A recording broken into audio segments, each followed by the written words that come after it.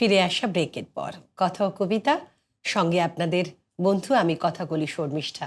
আর আমার সঙ্গে স্টুডিওতে আজকে আড্ডায় অত্যন্ত গুণী মানুষ, যার কবিতা, যার আলাপচারিতা, আড্ডা আজকে আমরা প্রত্যেকেই কিন্তু সমৃদ্ধ হচ্ছি অসীমা ভর।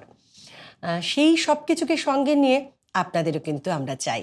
যারা কথা ও কবিতায় আড্ডা দিতে চান যোগাযোগ করুন 9433531731 এই নম্বরে।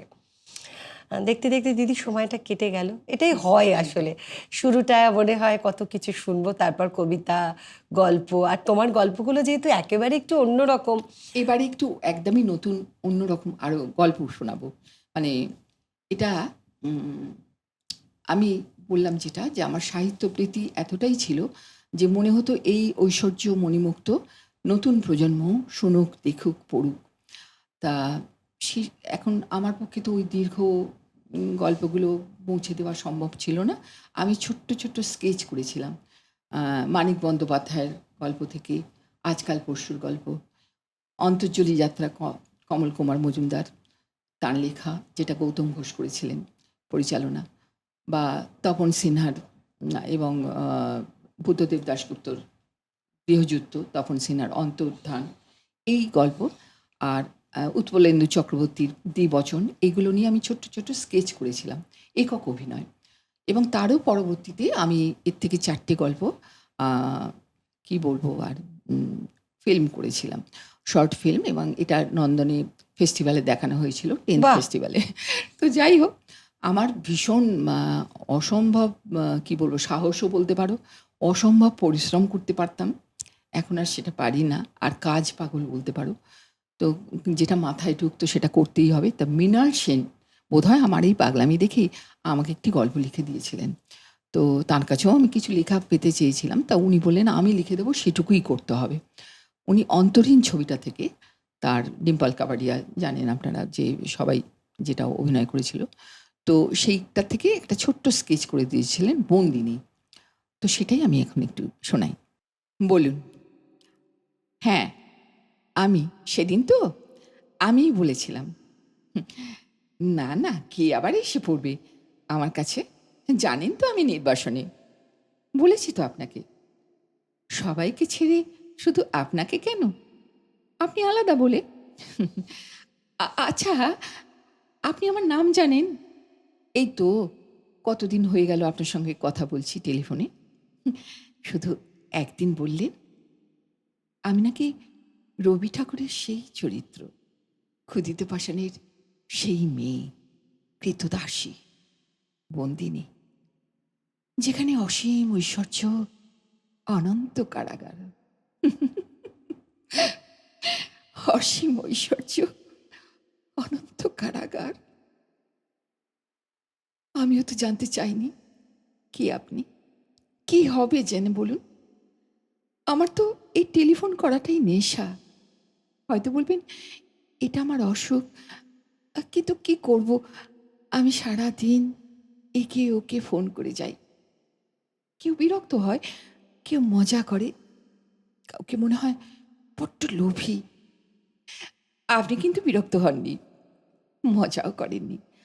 আপনি সারাক্ষণ আমার কথাগুলো শুনে গেছেন আর খুঁজে গেছেন তার মধ্য থেকে গল্প। আপনি লেখক তো, আমি বুঝে গেছি।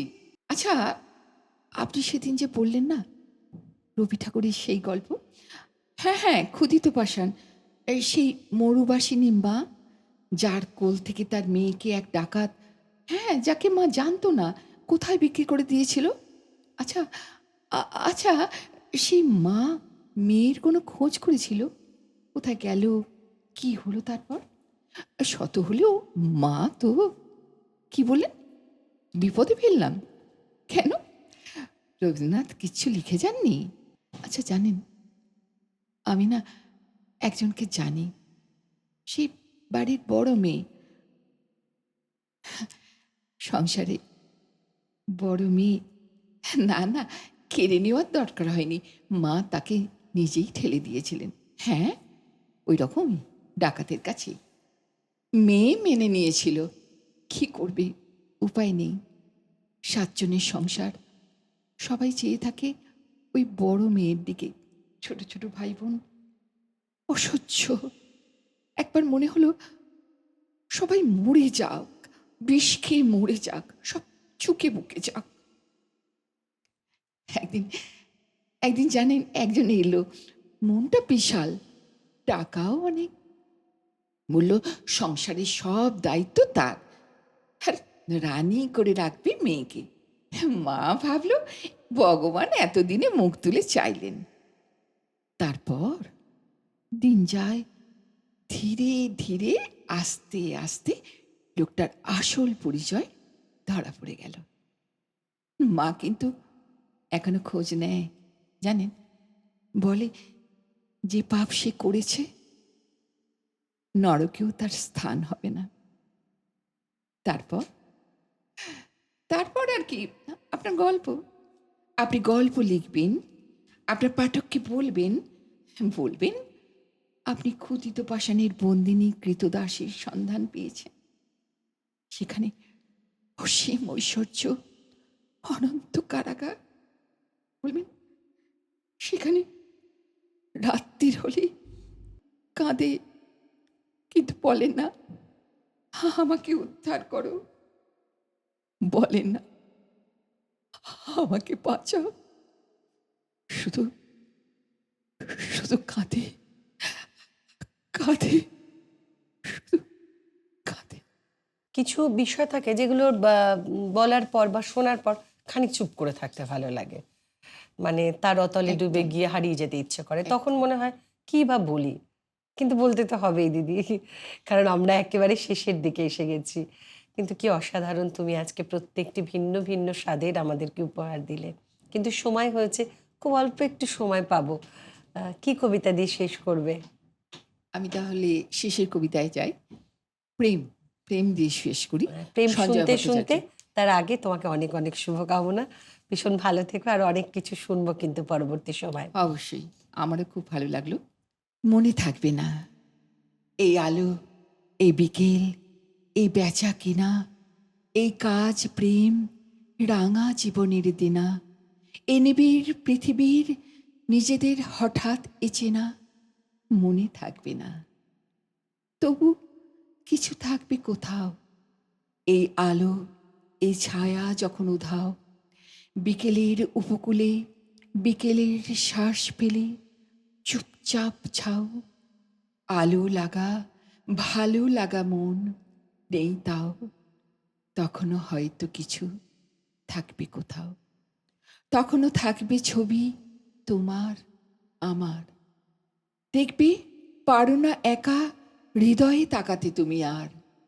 যতবার তাকাবে দেখবে কেউ আছে তাকাবার। অপলক চোখ যেন কার, হয়তো আমার। হয়তো আমার। এভাবেই তোমার পথ চলা এগিয়ে চলুক। ভীষণ ভালো থেকো। আবারও নিশ্চয়ই দেখা হবে। সবাইকে নমস্কার জানাই। কথা ও কবিতা আজকের মতো এই পর্যন্তই। নমস্কার।